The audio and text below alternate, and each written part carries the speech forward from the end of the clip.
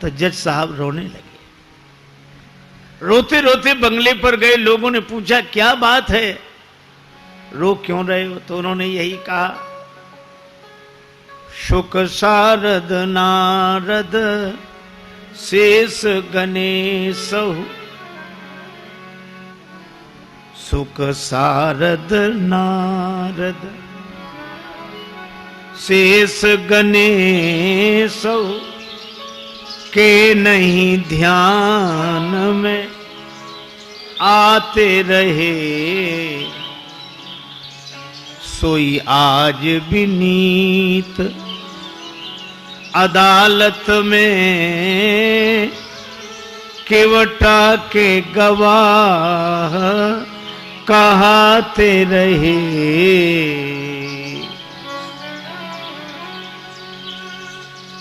जो शुक सनकादिक के ध्यान में नहीं आए, वे भगवान आज केवट की गवाही देते रहे।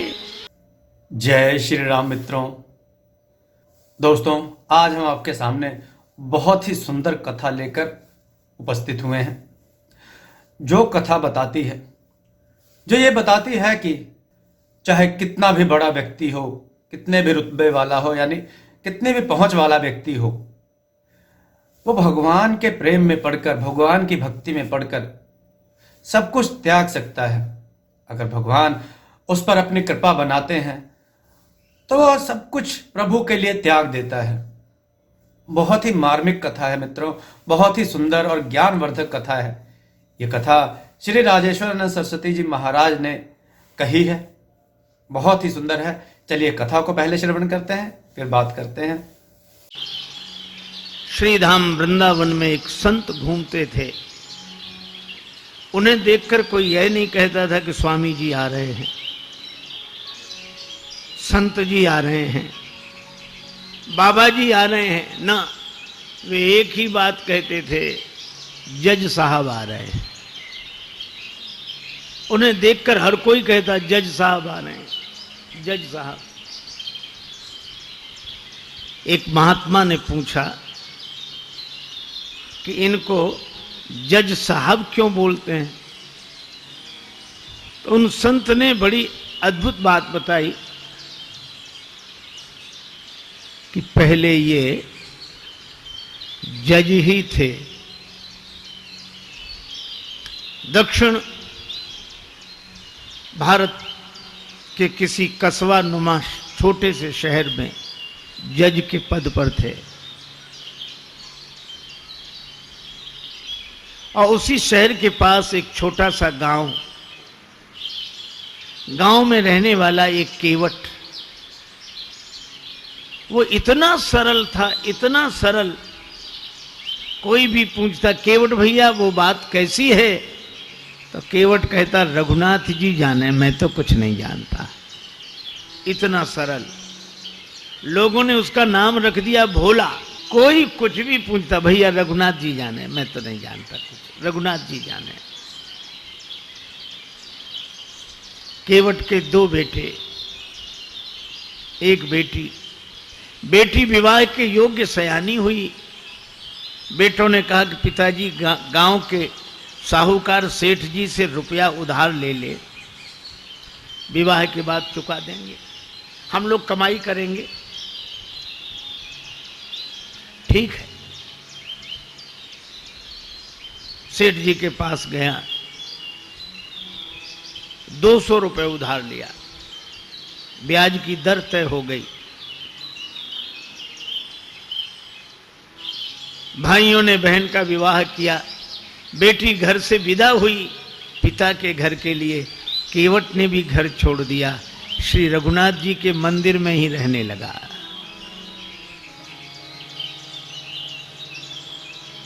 बस उसको तो रघुनाथ जी ही सब कुछ। मंदिर में रहता, झाड़ू लगाता, रघुनाथ जी का दर्शन करता, आनंदित रहता। बेटों ने कमाई की, पैसा केवट को लाकर दिया, पिताजी जिनसे उधार लिया है वापस करें। केवट गया, सेठ जी को रुपया वापस दिया। ब्याज दिया, सेठ जी ने रसीद लिख ली, हिसाब किताब चुकता, पाई पाई से पैसा प्राप्त। केवट को दी रसीद, पढ़ो क्या लिखा है। केवट बोला मैं कुछ नहीं जानता, रघुनाथ जी जाने। सेठ के मन में पाप आ गया, ये रसीद हमें दे दो, ये कागज हमें दे दो।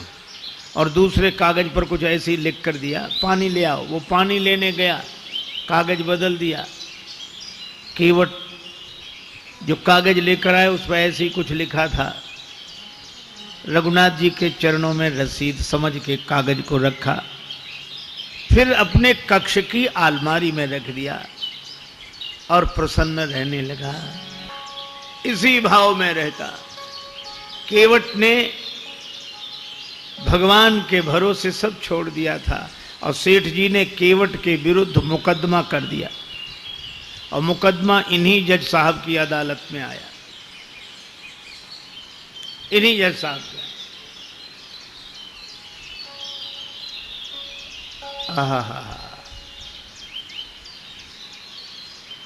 तारीख पर केवट उपस्थित हुआ। जज साहब ने कहा केवट तुमने सेठ जी से रुपया उधार लिया था? हाँ हुजूर, लिया था।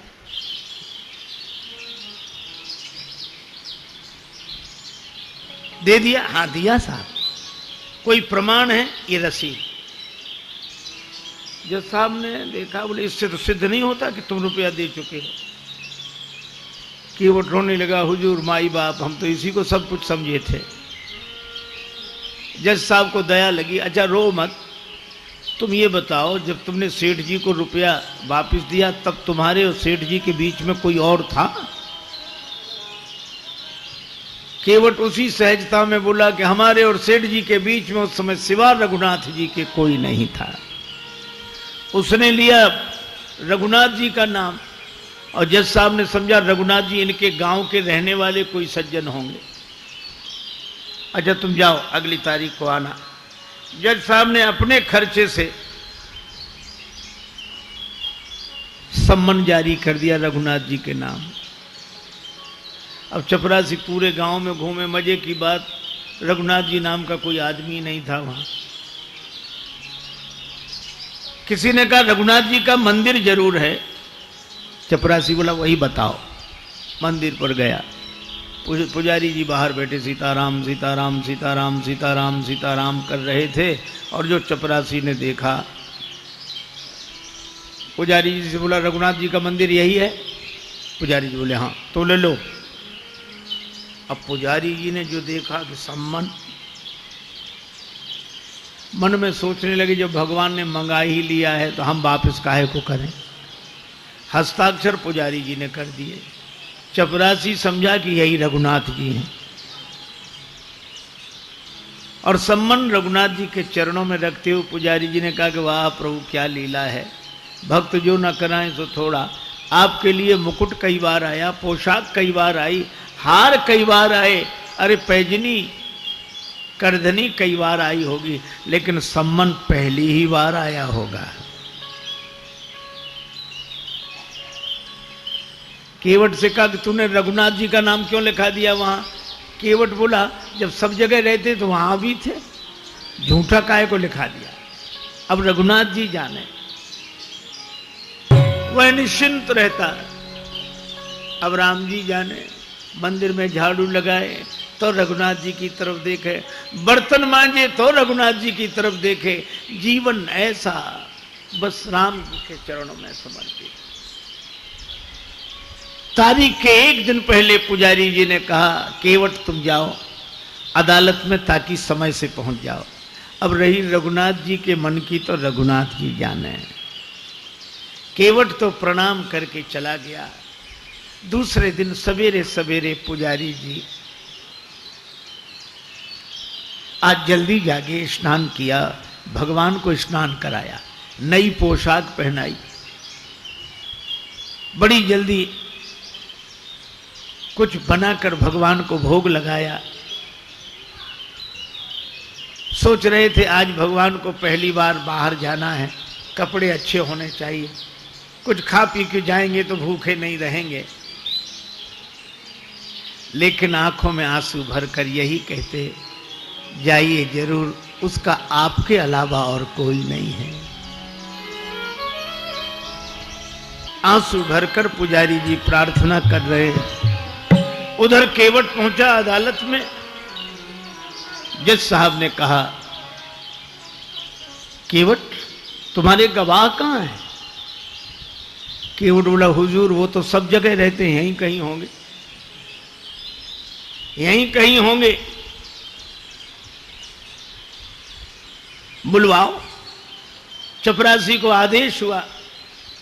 चपरासी ने कहा, रघुनाथ हाजिर हैं, रघुनाथ हाजिर हैं, रघुनाथ हाजिर हैं, रघुनाथ हाजिर हैं, हाजिर हैं। ऐसे 3 नारे जो लगाए हैं तो क्या देखा, चाल लटपटी सी, एक वृद्ध की झुकी सी देह।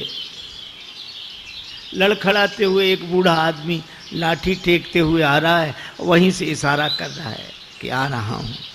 चाल लटपटी सी, एक वृद्ध की झुकी सी देह, दुपटी फटी सी, शीस बांधे धर धाये हैं, हाथ माह छड़ी पड़ी तुलसी की हिये माल, माथे पर रोरी चारु चंदन चढ़ाए हैं, साहब के सामने विनीत चपरासी साथ, आज रघुनाथ जो गवाह बने आए। साहब के सामने विनीत चपरासी साथ, आज रघुनाथ जी गवाह बने आए। केवट ने प्रणाम कर लिया। सेठ जी चौंके कि ये कौन? जज साहब ने कहा, रघुनाथ जी आपका ही नाम है? जी। केवट ने रुपया वापस कर दिया। हाँ, कोई प्रमाण है? सेठ जी ने खुद रसीद लिख ली थी। बेईमानी आ गई मन में, दी नहीं केवट को। सेठ जी को यहीं रखा जाए, इनकी बैठक में रखा हुआ रजिस्टर मंगाया जाए।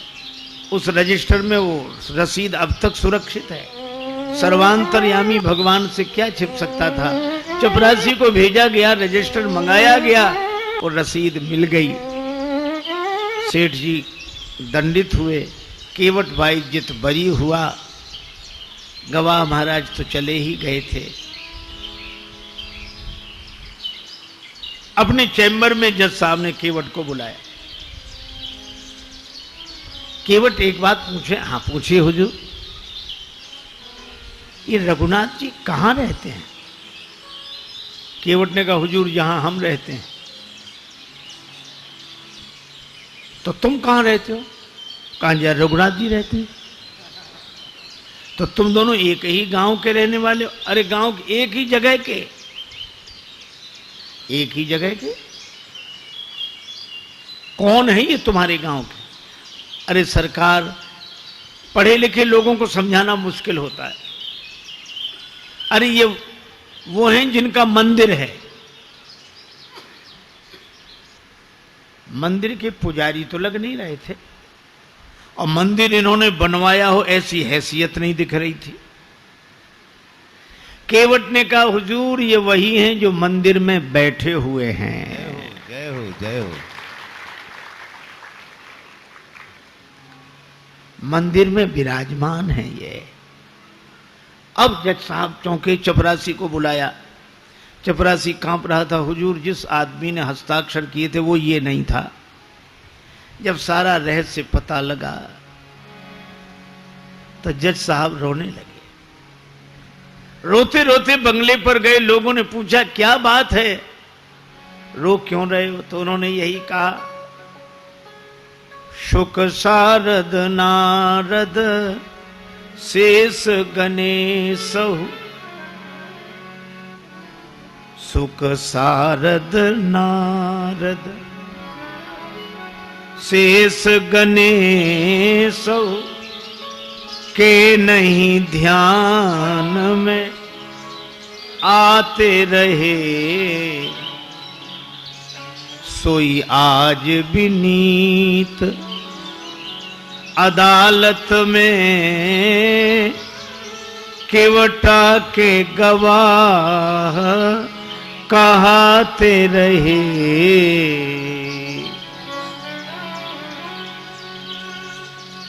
जो शुक सनकादिक के ध्यान में नहीं आए, वे भगवान आज केवट की गवाही देते रहे।